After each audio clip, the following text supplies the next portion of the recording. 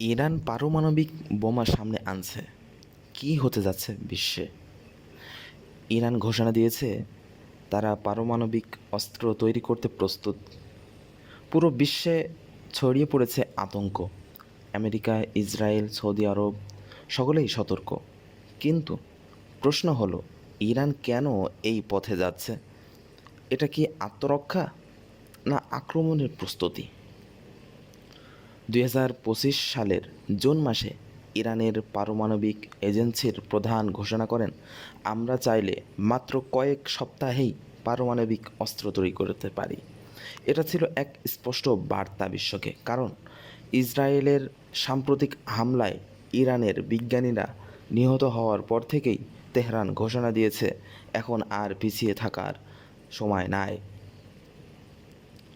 এই পরিস্থিতির সূত্রপাত হয় 2015 সালের জেসিপিওএ থেকে, যার মাধ্যমে 2018 সালে আমেরিকা বেরিয়ে আসে।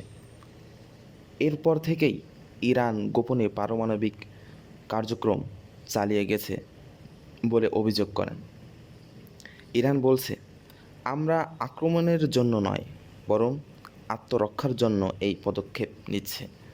আমেরিকা ও ইসরায়েল একাধিকবার আমাদের সীমান্তে হস্তক্ষেপ করেছে, সুতরাং শক্তি ছাড়া শান্তি আসবে না। ইসলামে যুদ্ধ বা অস্ত্র বানানো হারাম নয়, যদি তা আত্মরক্ষার জন্য হয়।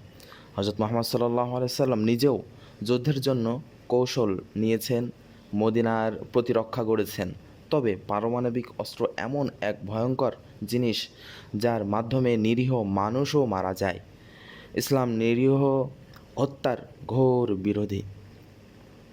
সূরা মায়েদার 5 নম্বর সূরা 32 নম্বর আয়াতে আল্লাহ তাআলা বলেন, যে ব্যক্তি একটি নির্দোষ মানুষকে হত্যা করে সে যেন পুরো মানব জাতিকে হত্যা করল।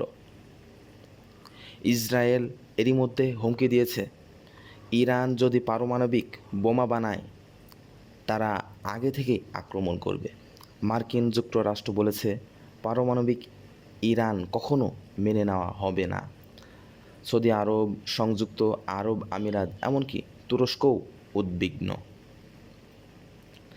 তাহলে বিশ্বে কি নতুন এক যুদ্ধের দিকে এগোচ্ছে, নাকি ইরানের শক্তিই হবে মুসলিম বিশ্বের রক্ষা কবচ?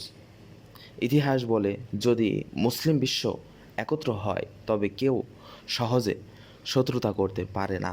আমাদের উচিত সংবাদ দেখেই আতঙ্কিত না হওয়া, চিন্তাশীল হওয়া, ইসলামের আলোকে বিচার করা। ইরানের পারমাণবিক শক্তি কি বিশ্ব শান্তির জন্য হুমকি, নাকি ইসলামের জন্য প্রতিরক্ষার দেওয়াল? মতামত দিন কমেন্টে। ইসলামী ইতিহাস ও আন্তর্জাতিক বিষয়ে আরও তথ্যভিত্তিক ভিডিও পেতে এখনই সাবস্ক্রাইব করুন যুগের প্রতিধ্বনি।